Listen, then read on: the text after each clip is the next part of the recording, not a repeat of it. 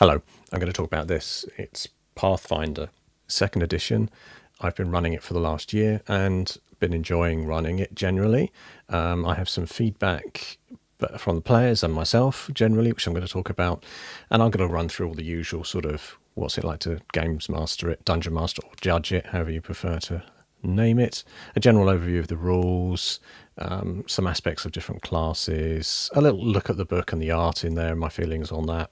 And then the sort of combat rounds and initiative and things like that to sort of give you the highlight. It's all going to be kind of surface detail rather than diving in super deep with it, because that would be a very long conversation. So I'm going to just go at the top level, give you my impressions, and let you know what I think about it. And here we go.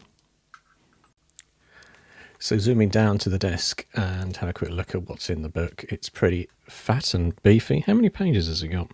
635 or more. And ancestries, which are your races: dwarf, elf, gnome, goblin, halfling and human. And then the classes: alchemist, which is a kind of a slightly different one for the base of D&D really, barbarian, bard, champion, which is paladin, cleric, druid or thereabouts paladin, fighter, monk, ranger, rogue, sorcerer, wizard. So there's none really radical. The alchemist is someone that makes these sort of little bombs and alchemical things to throw about, which is slightly different, kind of crossover with a rogue really, that's more focused on making little devices, and some of them have healing as well as damage abilities. So it's kind of a mix-up. It's like you could probably call it a kind of a thief, wizard, cleric, all in one. But quite interesting. We have one of those in my party and it works out quite well. Then actually, in the actual races themselves, they do have heritage that allows you to sort of break out your type of elf and your type of dwarf. So with elves, they've got Arctic, Cavern, Whisper, Seer, Woodland. And obviously, if they're a woodland elf, they have special abilities to move through vines and trees and foliage at half your speed and climb around a lot more easily in those environments. So I know the Arctic elf has resistance versus cold. So each one of the different classes you pick, like gnome, etc., will have those different heritages too. And there's your goblin. So a note on art, it's really nice. Throughout the book, there's some fantastic art.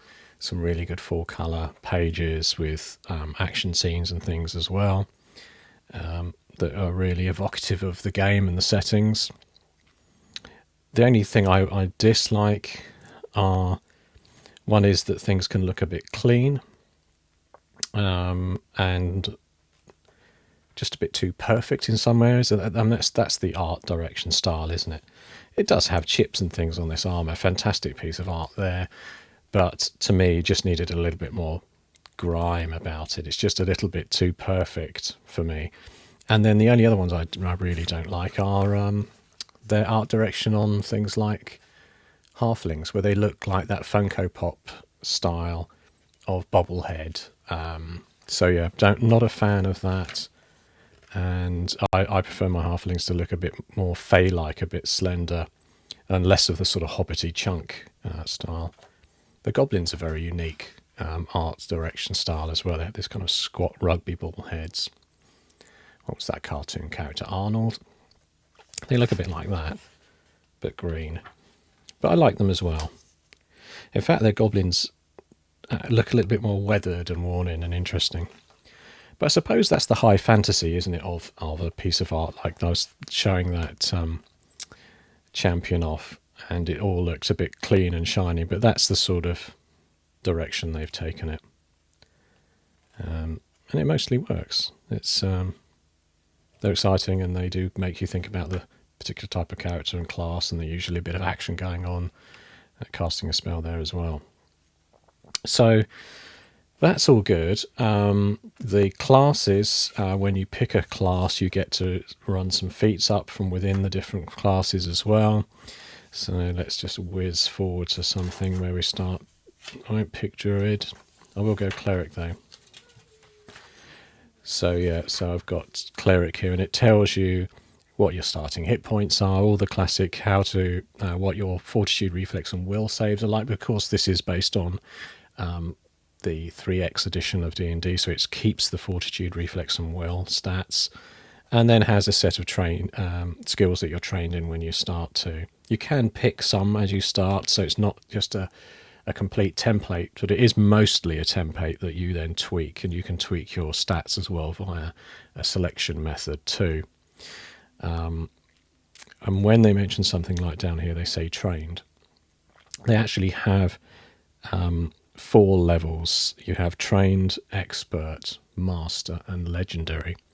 And obviously you need to be quite a high level before you get legendary in skills. But those 4 jumps are step changes that you can pick when you bump up these at certain levels. So whatever the skill happens to be, and that includes fortitude, reflex, and will, they will bump up with a different plus. It's +2 for trained, +4 for expert, +6 for master, and +8 for the legend. So that's how they progress. But obviously you also add your stat bonuses and things to those skills like you do in any system. So yeah, it was pretty good and easy to make up characters, and fun to select all those variations, because you get feats at different levels for the heritage or race. Plus you get, or ancestry, sorry, that's what their races are. Ancestries, the heritages are within there to customize the different races a bit more.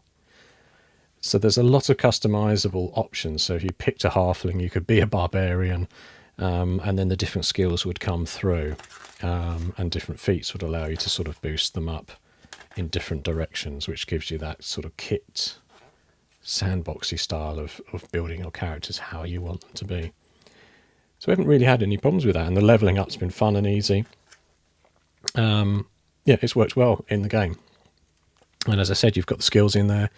You've got this nice tag along the side of the book that allows you to jump to certain pages too. So if I wanted to look at spells, it's all the usual spells from the Vancian D&D style, but some of them are slightly tweaked, some of them are slightly different.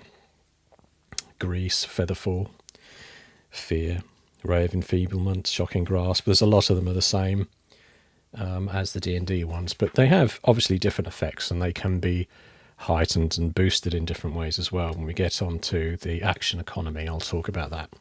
So the fundamentals of this 3 action economy are that you can do more than you can multi-attack at level 1. It sounds a bit overpowered, doesn't it?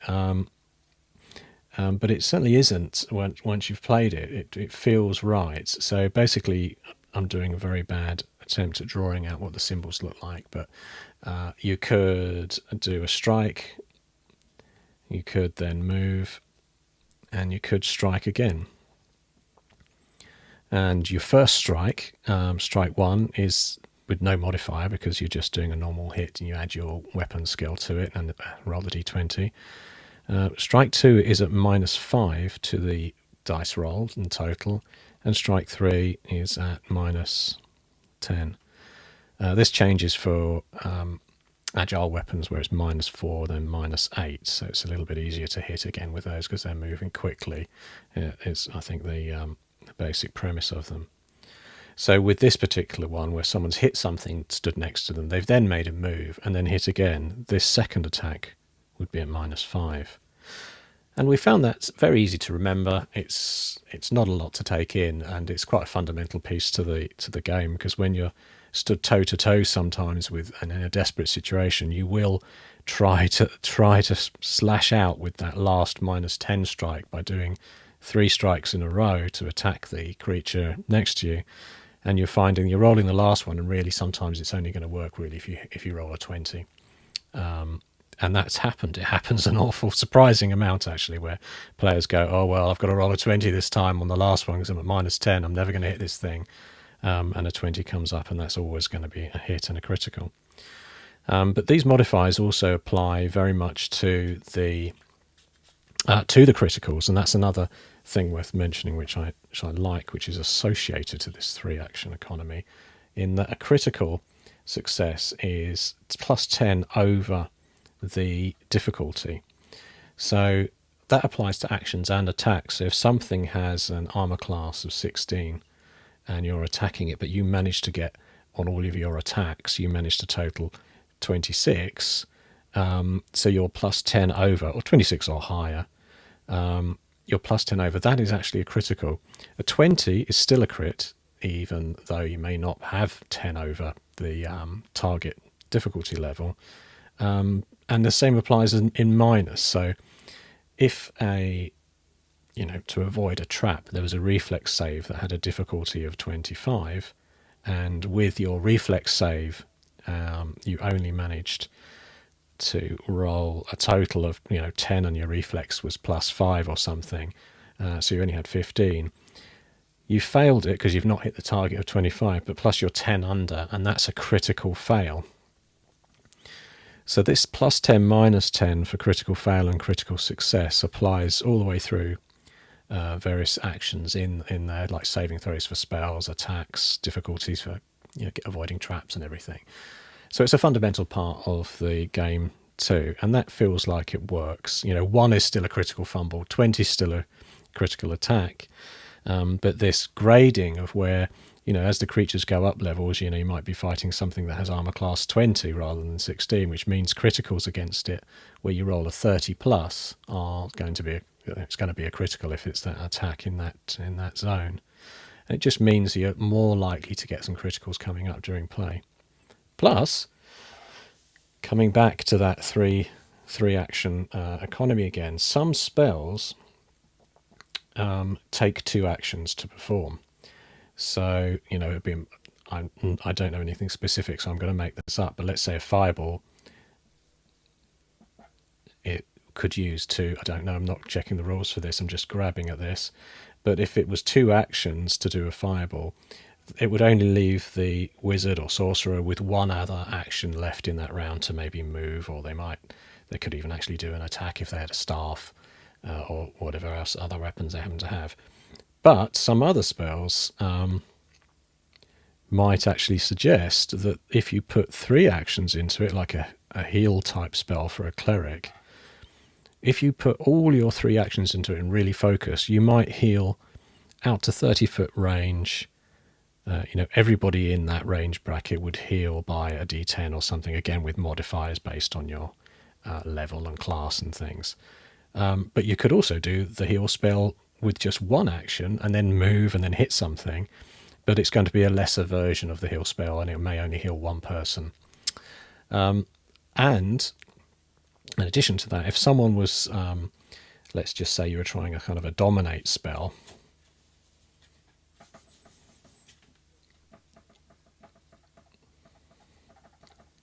again, I can't even remember if they have dominate in there, but let's think about that being a will save as well to avoid being dominated or commanded or something. The same DC and plus 10 for the critical success and critical fail applies, in that if someone's making the save against your spell difficulty level, spell DC, and say your spell DC was 16, if they rolled under 6, that's 10 less than the target, it would be a critical failure. So just like attacking, the spell will have something in its description to say if you critically fail to will save against this command or dominate type spell, the effects are worse, and it will describe the effects on the spell too.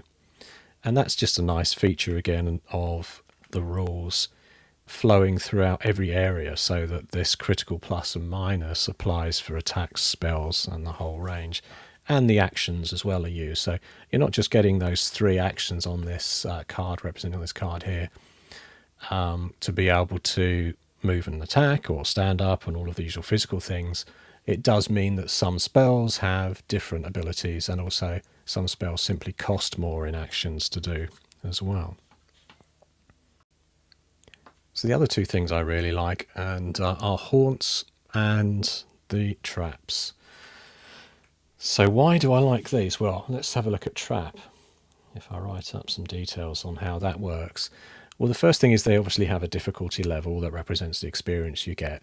But unlike other systems of traps, if I draw out one that's an example from one of the books actually, say there's a fountain inside a pool of water here. Great picture of a fountain.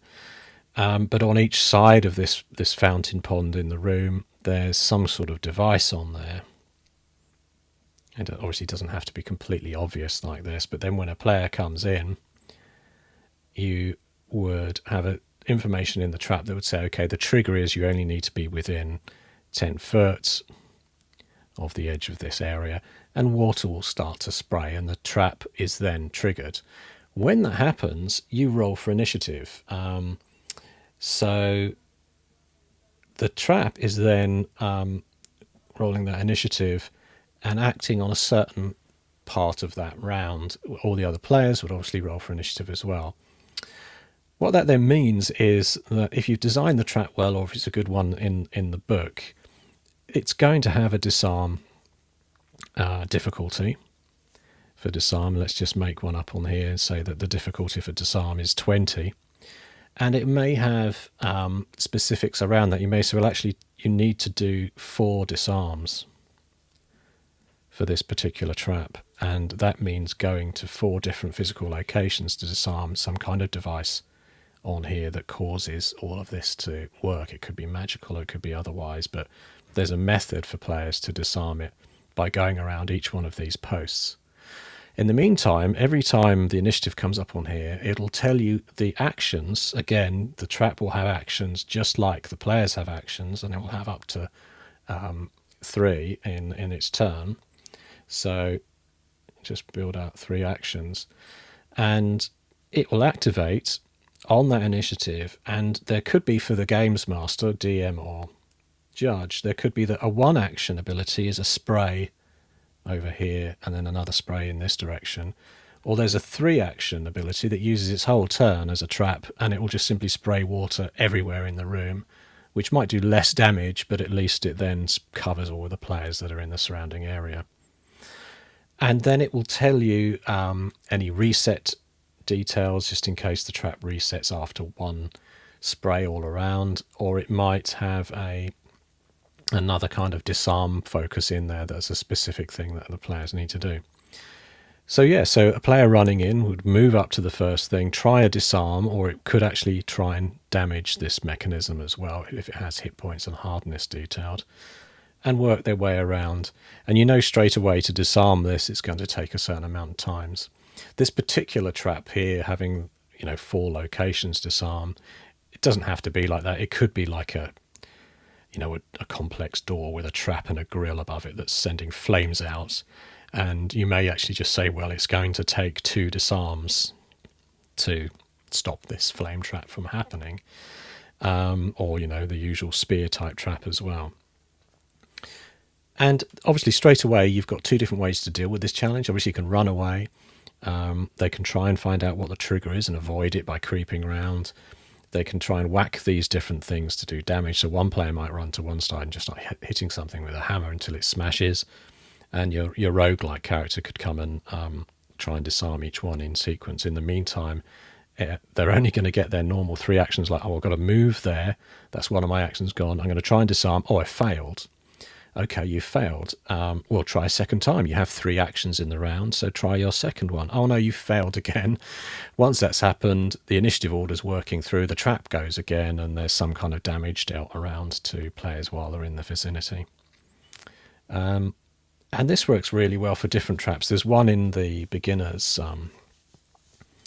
so don't listen to this if you're going to play the beginner's box set as a player. But there's one in the beginner's guide where there's an entire room with a sequence of your usual sort of tiled floor on it. But the players don't go in there immediately. There's like a secret chamber that they can get into, and they can peer through, and then they can also see the mechanism that fires off this trap. And in that room as well, when they peer through kind of a tiny gap in the wall, they can see there's some kobolds and things moving around in there. And they're able to work out, if they can, using kind of a knowledge type roll, how to turn on the trap. So when they go into the attack, they can then avoid certain areas where they know that it's going to trigger. When one of the kobolds or them land on a certain square, a spear is going to come firing in from the side. And just like before, it will either work on an initiative basis or it will work on a trigger. So when these pads get pressed, it fires off all the way through. And there's a reset mechanism and everything in there as well. Obviously, it's slightly abstract because what they don't do is say they don't ever say there's exactly 10 spears, and when they've run out, they're no longer going to fire. They tend to just abstract that and say, well, it's going to have a certain amount of damage output, and it's going to work in a certain way. So yes, it's just really good fun having traps that add some real flavour, and they work on initiative, so you just get away from this situation where someone says, I'm disarming the trap, okay, roll it. Okay, I didn't, okay, it fires, and it kind of feels like a one-off thing. Obviously you can still have one-off traps in here, but you can also have more exciting things than just the needle on the chest that's going to poison the player. You can actually put in here the stuff that has triggers and works in sequence, and there's either mechanics or magic or a blend of the two that are creating an environment really that's hazardous and puts that pressure on the timing. I think the initiative is the sort of most exciting bit of it, because it really puts the pressure on. The players aren't just going to like linger around when they know this thing's going tick, tick, tick, and it's going to then have an action on a certain part of the round, which is going to do damage to them. So they feel threatened and are fired into action.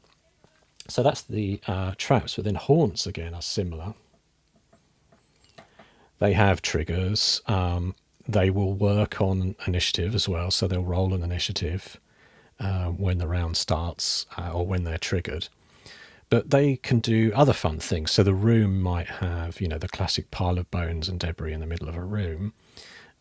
Players come in via a door, and again, the trigger will say when the bone pile is, explored, or you could have any number of, or when the silvery sword is taken from the hands of the skeleton hunched over in the corner leaning against the wall in their death row kind of thing.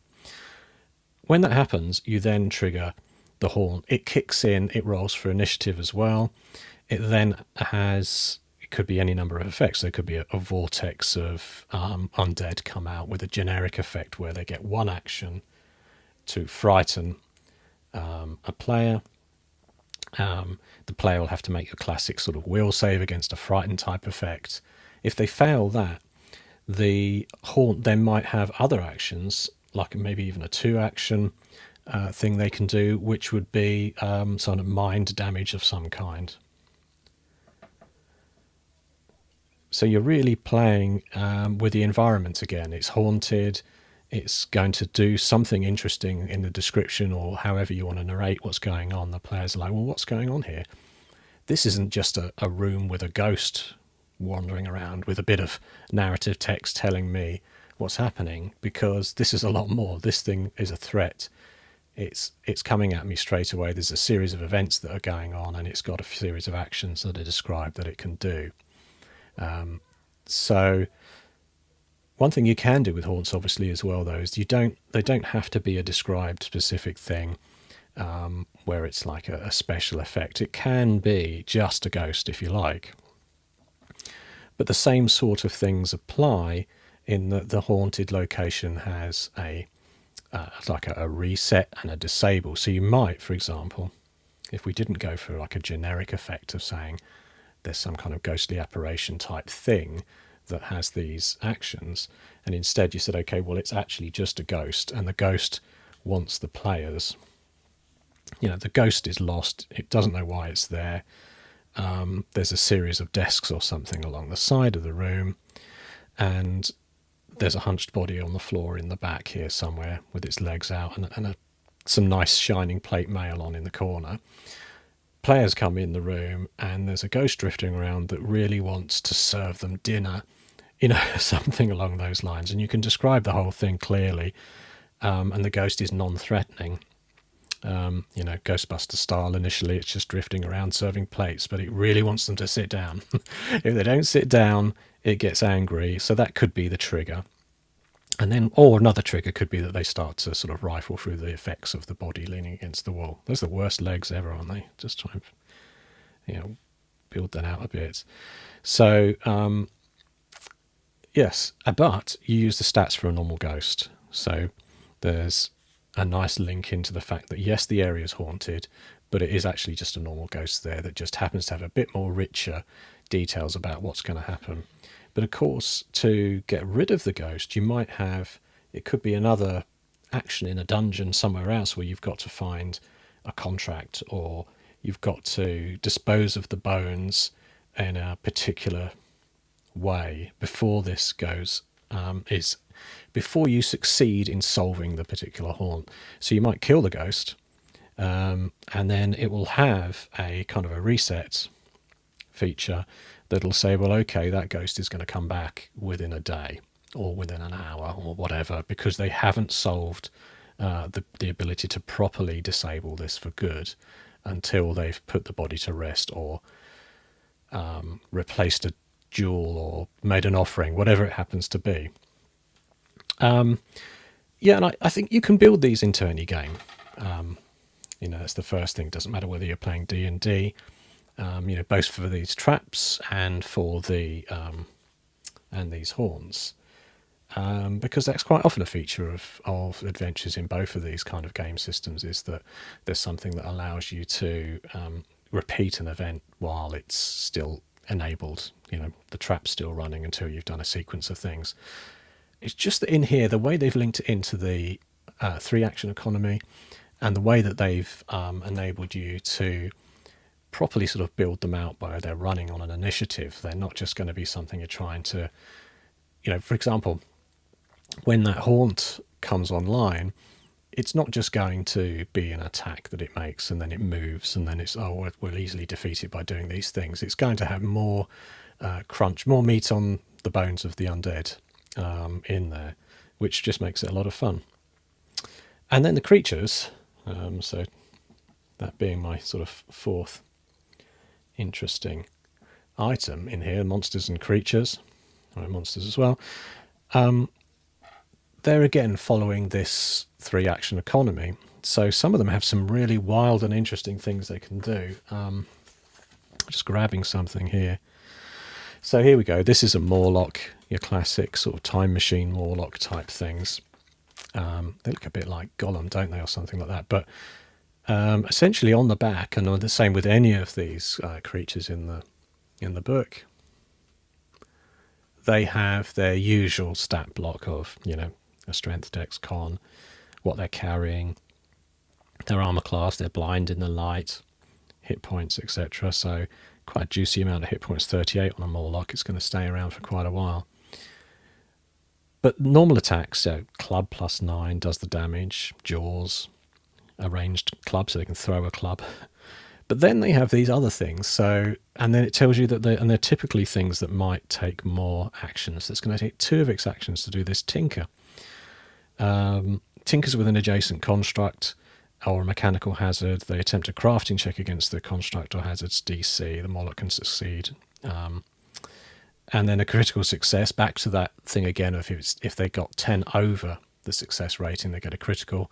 They can basically fix constructs. So that's quite a nice thing that the Morlocks thematically can do. They're good at fixing things. I think in the Time Machine movie, the Morlocks sort of worship a bomb or something. So they've got that kind of link into, and they have those sort of machines under the earth as well. So it's kind of a theme thing for these Morlocks. But they also have a leap attack. So they can stride up to twice their normal speed but also make a high jump and long jump at the same time. And then it says it can make a melee strike against an enemy in its reach. So essentially what it's saying here is that for 2 actions, it's getting 2 moves, 2 stride actions, plus an attack bundled in. So it can. That's that nice sort of surprise. I think there's things again like this in other game systems like D&D. I think it's the orcs or something can move a little bit faster before they make an attack when they sort of charge in. But it's nice and neat on here again, because it's very clean and simple to see. It's a 2-action move to do that. So as a games master, when I'm running this, I'm scanning down here and saying, well, then that's handy. I can do a leap attack. It means I can go twice my move distance plus get an attack in there. And then finally, just other sort of special effects of certain things. They have this swarming stance, so the Morlocks can share the same space when they're attacking as well, because they all sort of swarm all over each other. And they can do sneak attack too. So on the surface of it, quite a complex creature just in one there, these Morlocks. And they do appear in this other adventure I'm running, the... Zoom out. They do appear in the Abomination Vaults on one of the levels in here as well. So that's it. Every creature is like that. Every creature has a very interesting kind of a kit bag of things that they can do, which they've thought of in line with the 3-action economy to make that work for the system as well. Now, where I have a challenge with the system, there's a couple of challenges in terms of sometimes the wording's a bit complex. That's just like a general feel. It's sometimes easier to have someone explain something the first time.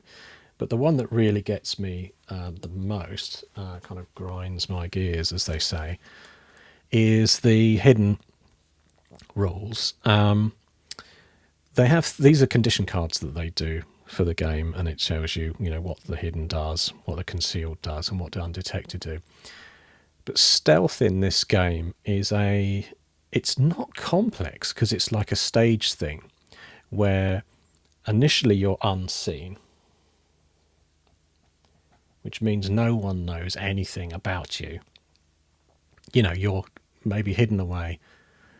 There could be some narrative play at work here where you've stowed away in a barrel somewhere, and there's no threat that's aware that you're there. You're completely unseen.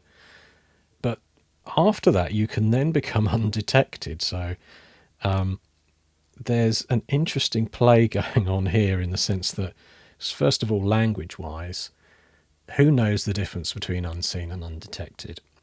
To me, they feel like the same word. And when designing any system, when I look at this, I go straight away, I just can't stand that, because I just think, when I'm a games master here and I'm sitting in a moment where I want to explain something to either a new player or an old player, and I say, oh, you're unseen or you're undetected, and it makes no sense to them because they can't see a difference in the language, that's a first barrier for me on a rule, because then after undetected, you then have concealed, and finally hidden, which is another status. And totally, again, this throws my logical brain out.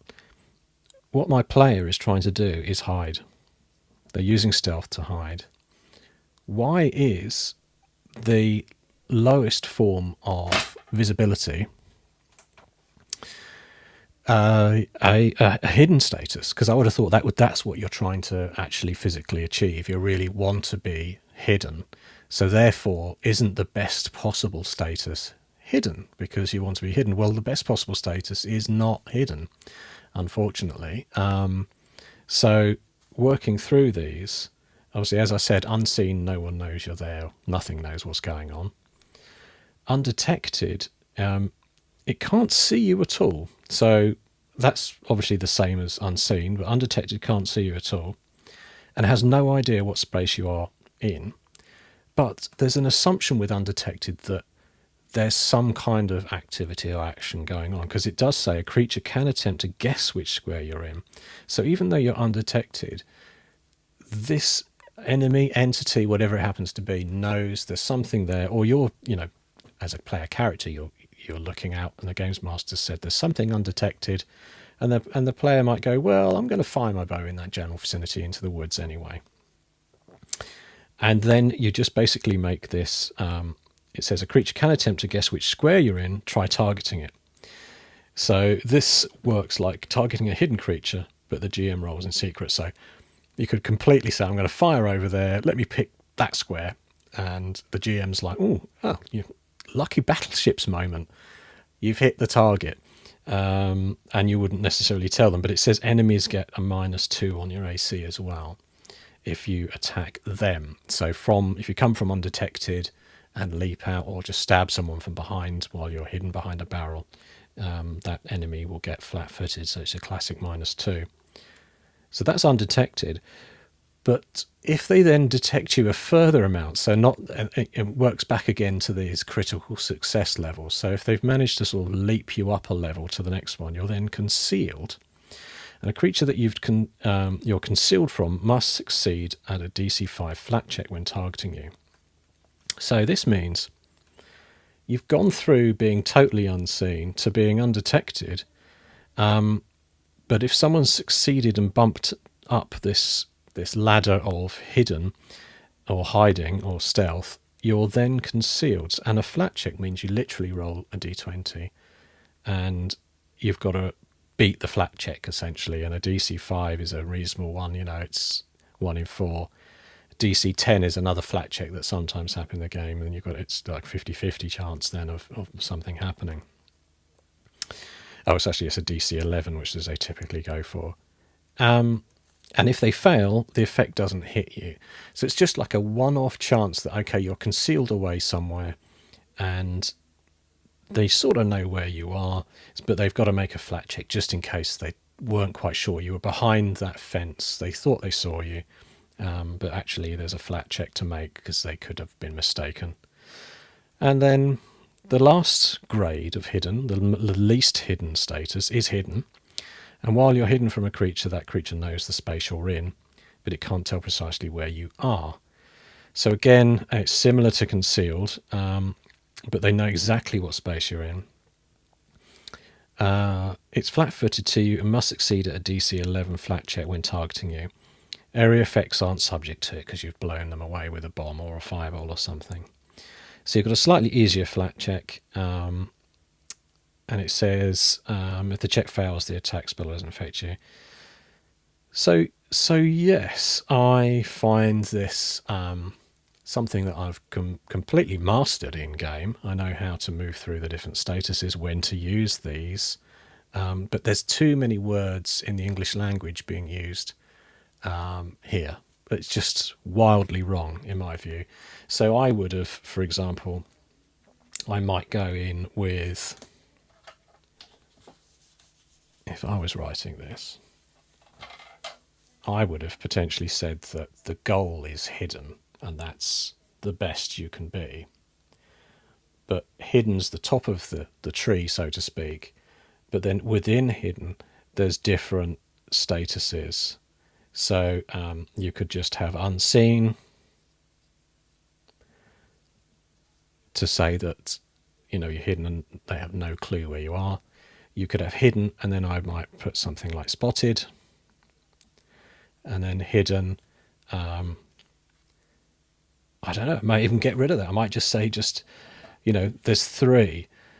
If you are hidden, you can, two status. If you're hidden, you're unseen, and one of these sort of things like a DC 5 flat check is made to check whether you're there, or you're spotted, which means they know where you are, but it follows the sort of concealed rules. So there's a DC, unseen would be DC 5, and spotted might be DC 11. So that's what I would do. I'd get rid of all of this wild language of like, where's this tree going? Is hidden meant to be, in the English language, is hidden better than unseen, or is it better than undetected?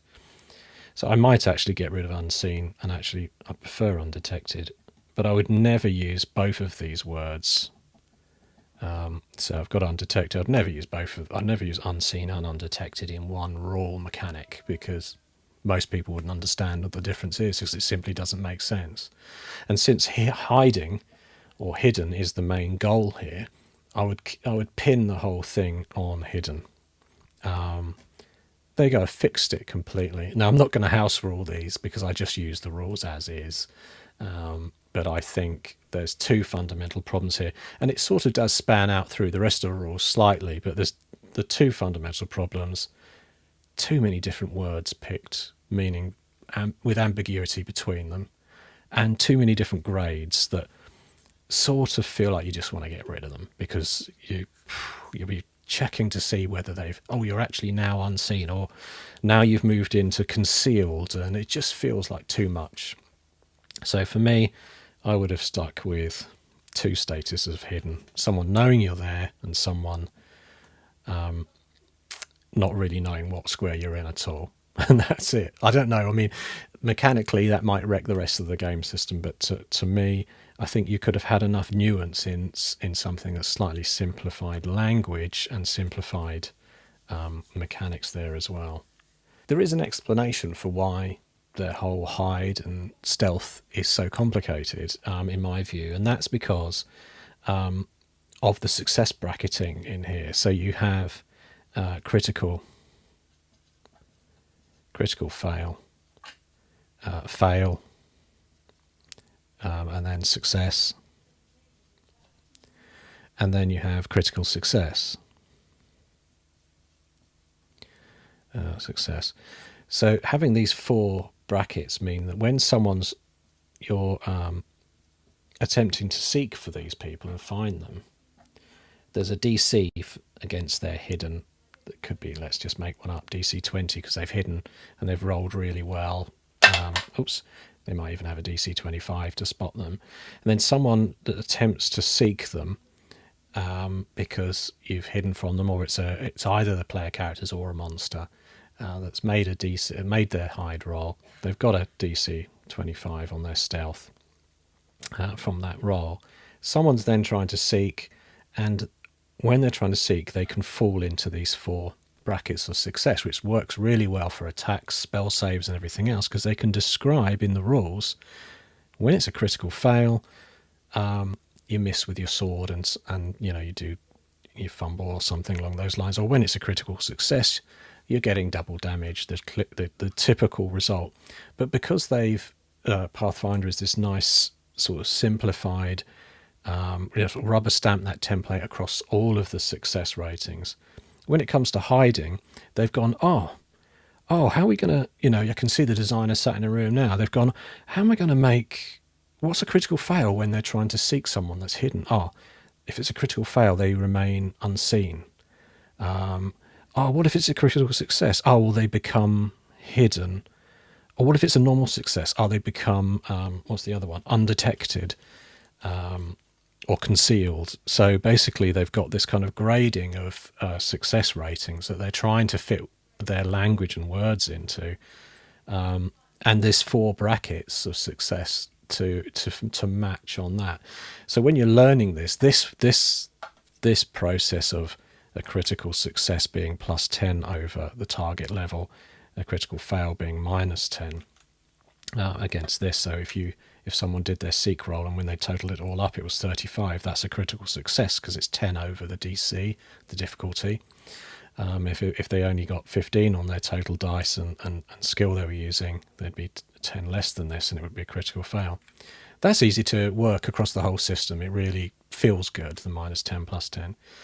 It doesn't stamp very well for me onto stealth and hiding, just because of the way they've sat down and gone, they've looked in they've picked up a dictionary and they've gone, how many words can we find to describe not being seen? Unseen, undetected, hidden, concealed. They've kind of gone the whole way, and I just don't think that works. But there might be a problem, as I was saying. I simplified it down to just a couple of different statuses there. But if you're trying to match this fundamental of the rules of the DCs, that's going to be a challenge. But that's my biggest bugbear. I mean, really is. There's some complexities when you read some things about all of the usual things, like you're delaying an action, or you're doing something slightly different on your turn, where you need to read about a rule book, read through the rules.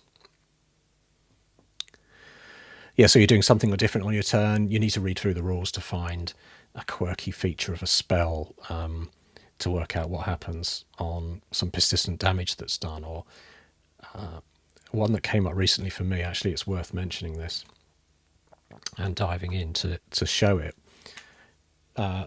Some of the creatures will have an attack that takes one of those 3 actions, and that attack could be it could be like a claw. And if it's a successful attack, the claw will do whatever damage it is, d6 plus whatever. But then at the end there'll be a comma grab on the stat block.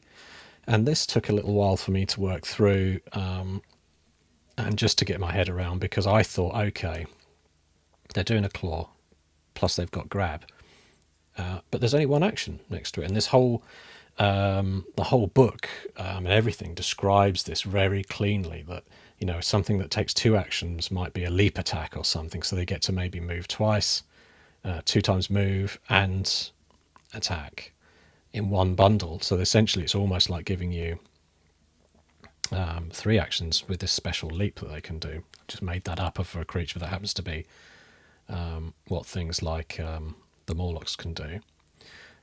So, given how nicely broken down this was, and how I tend to just dive into things and slightly wing it when I'm being a dungeon master, I saw grab there and I thought, oh, this creature's great, because some creatures don't have grab, but this one does, and it gets to attack and then it grabs. But what it actually means is that if you succeed and you do that attack, they can take a grab action, and then they could pin the players or immobilize them using that grab. But it is actually another action in addition, and it does describe that reasonably well in the grab feature of the bestiary for those monsters. So you can sort of go, oh, okay, that makes sense, but it doesn't describe it on the stat block. And I was thinking this game was very clean and everything was described exactly, because like I said, on the cards and the stat blocks, we have here, for example, a slurk that's like a horny toad, and it can do a belly grease for 3 actions, extrudes slippery grease from its ventral glands to coat the floor. So it's making some difficult terrain that you need a balance check on, and it has a ranged attack. Just given how clean all of these actions, and within the 3 action economy, the belly grease is a 3 action one to do. I thought, they would have, at least on the stat block, they would show, the attack here, and then on a new line, they might put grab, and then it would say something like, on a successful attack, you can attempt to grab, and then some details about how to roll to make that happen as well. They don't show it. And for me, I went, oh, hang on. That's annoying. There's nothing in here that's showing me how to make that happen visually on the card very easily. I've learned that now. Obviously, I know how to do a grab, and it works really well, actually, in terms of, because the creature could have moved towards a player for its first action. Its second action, it would strike with some sort of claw attack, and then your third action, you could use your grab to try and immobilize a player. So, the other thing about these game books, and Pathfinder in particular, is they have these things called adventure paths, which progress characters through, and they're really clear about where they take a character through a campaign. And the one I've been running, so it's the only one I've got experience of, is the Abomination Vaults. And we've kind of got through the first book, and we also did the beginner's book as well. And it's just brilliant. I can't explain. Everybody that I play, 3 of the players that I play with I've known for sort of 20, and one of them for sort of 30 plus years, and I've role played for 37 years. And there's no amount of, let me give a picture in picture. Everybody has said that they feel like they're playing a vintage game when they're running through this adventure in particular. They've gone, oh, this reminds me of when I first started role-playing. I really like the way they've done it. At the end of the night, they've said, oh, that was really scary, or, and these are people in their 40s and 50s, a couple of players who are younger as well, and they love it. Actually, I'd probably say that the older ones liked it even more. I don't know why that would be, because we want something to be simple now. We're in our 50s. It's a challenge relearning old dog, new tricks and everything. But it's really clean and really well done. The way this is a dungeon, essentially, but they've coloured in details about the surrounding town and village and how that works, and how it links into the beginner's guide box set as well. So loads of spoilers coming up, of course, so don't listen to this if you're going to be in this game, unless you're running it. And it's essentially a dungeon crawl through I think like 3 or 4 levels per book. But they've got all the classic features, like they've got factions at play and motivations that are going on. So even like on the first level, you've got these Mitflits and this would-be Mitflit king, who's a kind of a fey creature, a bit like a goblins, but they're even more sort of fickle, I think is probably the word, and they tend to just roam around laughing and not really know what they're up to, getting killed by beasts around the swamp near this Gauntlight keep, ruins of Gauntlight. And that was just a nice thing for the first level of this, on the top floor of this dungeon, that that's kind of outside ruins before you get into the real dungeon. And they were this kind of like playful, and the way they were written in here was that they were, you know, you could get into trouble with them. There were going to be a couple of fights potentially, but then they weren't going to hold it against you. They would be up for negotiation, and we had some nice where they could be spoken to and communicated with. We had some interesting backwards and forwards between them, and then eventually there was an uneasy truce between the players and these Mitflits, so they just roamed around and ignored them because they'd made a deal. They dealt with a few of the threats.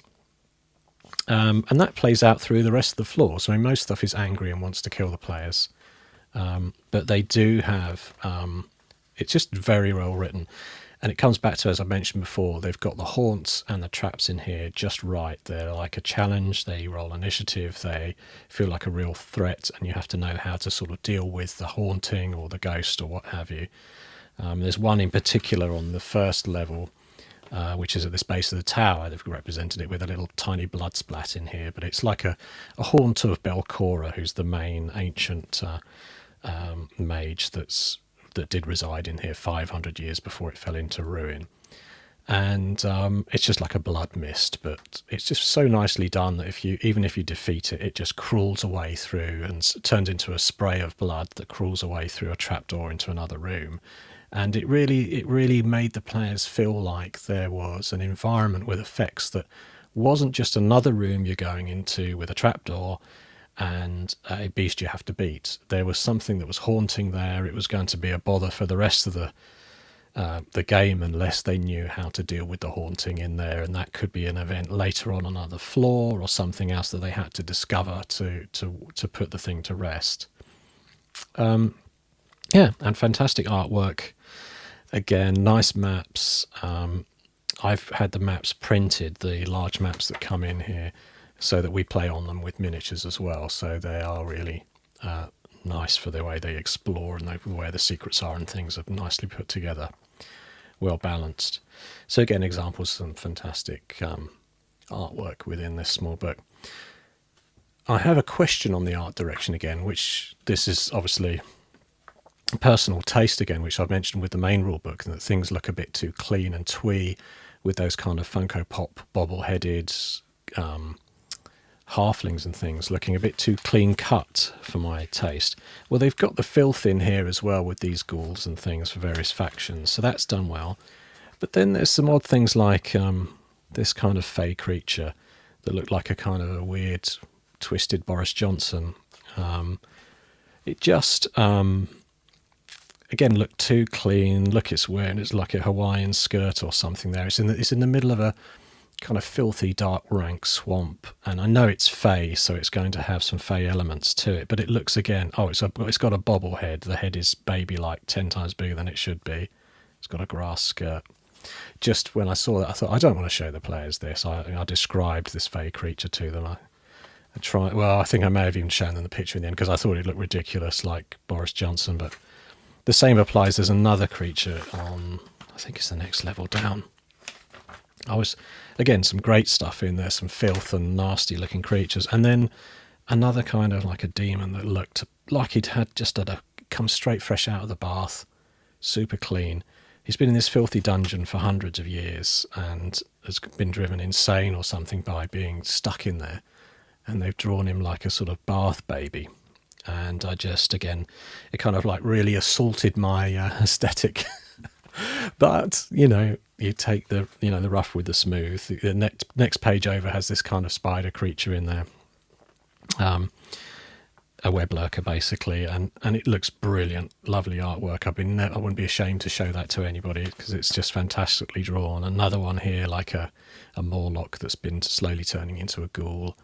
Brilliant artwork too. So there's some fantastic art all the way through here, with those kind of shining examples of strangeness, where things just look a bit too clean and a bit too baby bobble-headed. Like, I don't know. It's just like a Funko Pop aesthetic, sort of simplified, clean, and just doesn't suit me at all. And yet, and on the next page on, you've got a drake that looks just stunning, and it's really evocative and feels like a water drake, and it's dynamic, and it's just great. And again, the Morlocks here and a shadow, just drawn brilliantly. So, yes, can't be more gushingly excited about how good this is, because the players have enjoyed it. I've enjoyed reading and then running it. Just as I read through, I'm enjoying the thrill of, I wonder how that would work. Oh, that's going to be good for the players to interact with, and that's just worked for me. There's enough challenges in here that you can get over with dialogue. There's enough challenges that you could just avoid.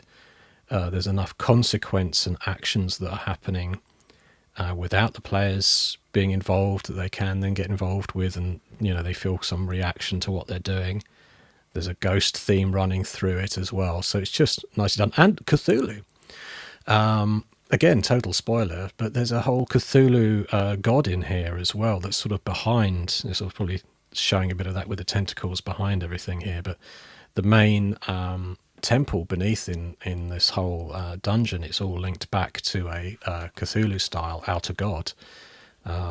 So again, felt unusual for me when I first read it. I thought, there's actually an outer god in here. It's actually linked into the kind of slightly Cthulhu mythos thing, although not directly. They don't mention Cthulhu. But I thought how unusual that is to sort of link that into a book, into this kind of adventure. It just felt good to me. But there are some downsides. And one of them is there's just literally no handouts. You've got the maps, and you can find somewhere online. People have done copies of these. There's a guy called Narky, I think it is, that does really good versions of these maps that are downloadable for free. He's used sort of open license stuff to get the different objects to use, and then it allows you to download them, so you can use different maps. But they're basically the same map, but just nicely laid out in a digital format. But there's no other handouts. And to me, that, again, in a book that's got dedicated artwork like this, why haven't they spent a bit of their art money on just 2 or 3 handouts that might be a PDF or something, or a section in the back that you could copy? Because on a couple of occasions, people have information in here where they go, I know how to get between this place and this place. And then you look at the map and you go, as a games master, how do I describe that to the players? Or do I just print this out and cut out a section of the map to show them? But then if I did that, it would show the traps and it would show the other stuff on there and have numbers that I don't want to show them. And how do I make it look rough and ready, like it might say, here be ghouls or something, because someone's just sketched it out to them? And that would have been brilliant if someone had thought, okay, save back some of the money, don't draw another Funko Pop headed fey creature, just use something out of the stock library for that, but have about 4 or 5 pages of handouts, like a contract or something that you can just physically hand out, because there's contracts and things in here for the demons that are in there too. It'd be fantastic to be able to say to the players, well, here's the contract, you can read it, and then they might see a clause in the contract for that demon's chores and duty that it's being bonded to, that they could get out of and things like that, and they just haven't put it in. And I could do that, but it's extra work, when you're busy during the week. You don't want to have to do your own handouts. I do enough for this. I do enough prep for this anyway. I get all of the cards ready. I'm prepping on all the spells I'm going to use. I'm going to, there's still work in here for a games master, but would have been, or judge or dungeon master, but it would just been brilliant to be able to go, and here's the cut down version of the map that this person describes, or here's what this particular item looks like that you need to find, or the key you find has this inscription on, here it is.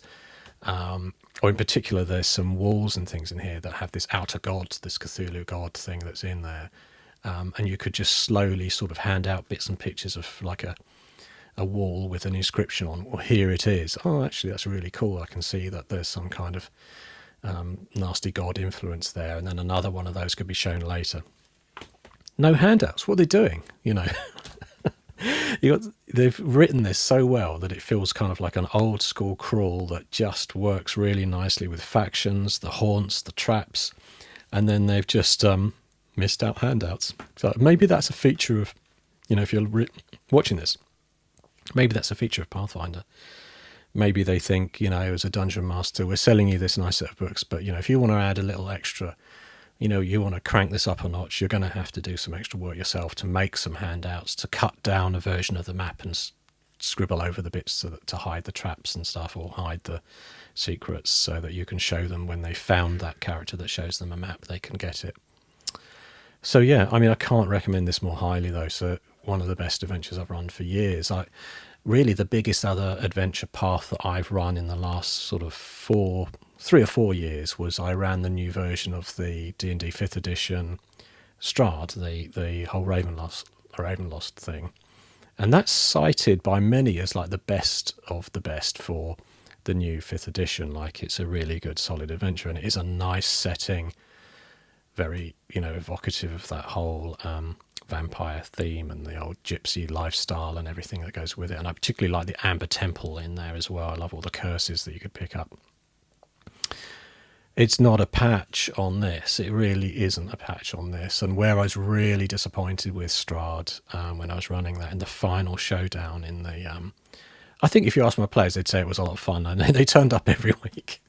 You know, that's the measure of a game mostly. If you run a game for like a year and they've turned up every week and they're really enjoying it and they've leveled up and they're showing, they're laughing, and you're having fun as a group of friends. That you know, Strahd did that for us as an adventure, as me running it.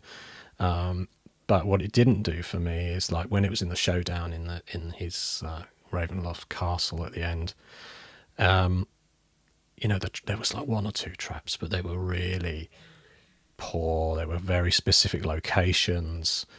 It just didn't have that feel that these interactive traps and things have in here, and the haunts.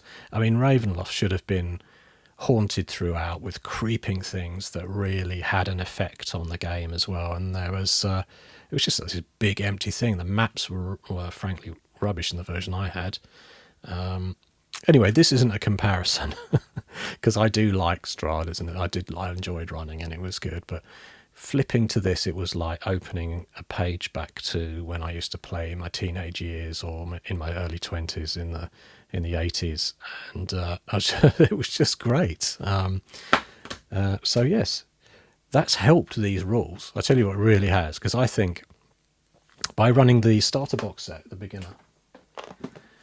By first running this beginner box set and then going on to the Ruins of Gauntlight, it's spoiled us a bit, I think. And luckily we've got the other 2 books of these to follow from this one, but it has spoiled us a little bit, because I think they're so well, tightly, sort of almost, well, not scripted. It's not like you've got a set path. Well, actually, this is quite a set path in here with the dungeon floors, but it just felt good.